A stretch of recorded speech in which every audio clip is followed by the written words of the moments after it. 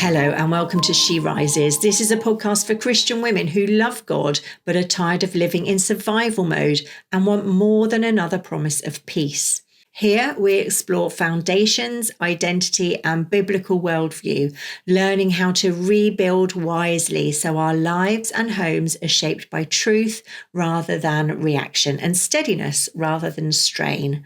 I'm Joanne Hewlett and I'm so glad that you're here. Now, over the past 2 weeks, we've been sitting with Jesus's picture of two houses. Both builders heard him, both put time and effort into construction. Both experienced the same wind and rain, yet only one remained steady. The difference was not sincerity, it was not exposure to good teaching, it was what lay beneath the visible structure. And that is where I want to linger today, not on dramatic spiritual collapse or obvious rebellion, but on the quieter things that shape our footing without us noticing. Because most of us are not deliberately building poorly, we're building on what feels solid at the time. The question is whether it holds when weight is placed upon it. Think about a very familiar moment in motherhood. It's been a long day. You have genuinely tried to keep things calm. You've responded kindly, organised the logistics, absorbed a fair amount of emotional noise. Then a child answers back or ignores you again, and something in your tone shifts. It's not explosive and it's not catastrophic, but it's sharper than you intended. Later, when the house is quieter, there is that internal awareness, not shame exactly, but recognition. That reaction felt bigger than the situation. That moment tells you something important. The pressure did not create the instability, it revealed it. When rain falls on a house, it doesn't invent weakness in the foundations, it simply exposes what was already there. And that can feel uncomfortable because it means the issue is rarely just the moment itself. Control, for example, frequently hides inside responsibility. It looks like anticipating every problem before it emerges, stepping in quickly, carrying more than perhaps you should, because watching something wobble feels intolerable. From the outside, it appears efficient and devoted. Underneath, however, there is often a belief that says, if I manage this carefully enough, I can prevent any discomfort. And that belief feels protective, but it doesn't bear weight well. Busyness functions in a similar way. Our culture celebrates productivity and praises the woman who keeps every plate spinning.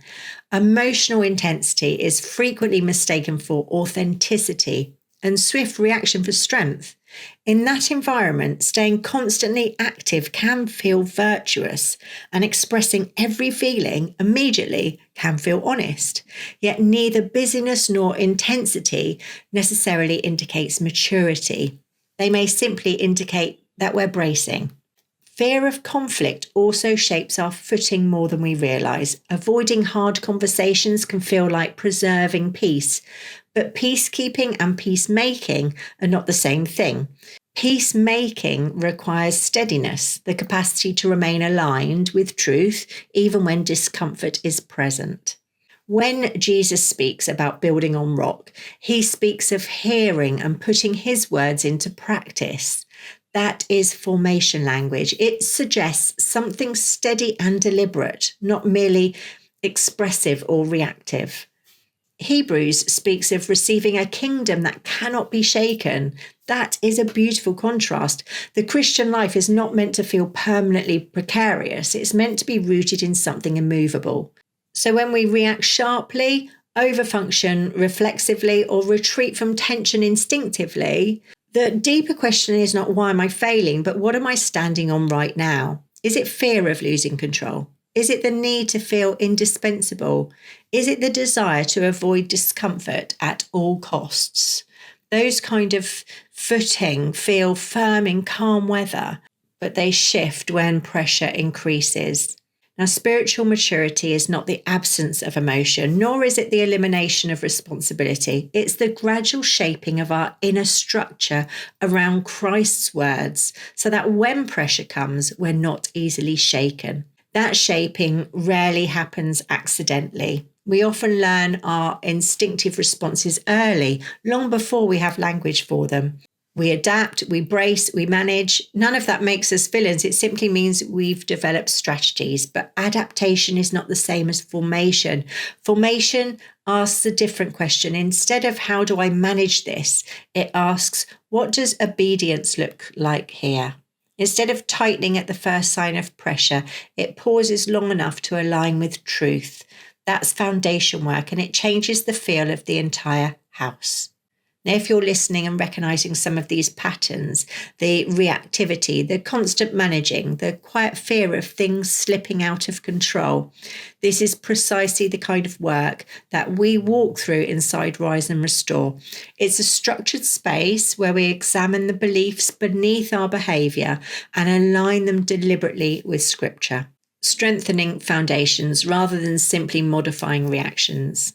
If you are ready not just to notice unstable footings, but to reinforce them, then that space is open to you. You'll find the details in the show notes. So this week's gentle nudge is to choose one moment of tension and resist the urge to correct the behavior immediately. Ask yourself quietly, what am I standing on right now? Is it trust? Is it fear? Is it the need to manage? Do you need to solve it instantly? Simply noticing what carries your weight is the beginning of strengthening it. Next week, we're going to look at something deeply reassuring, how God rebuilds patiently, and why the slow work of reinforcement is not a sign that you're behind, but a sign that you're being formed. Until next time, live steadily, think deeply, and keep building wisely.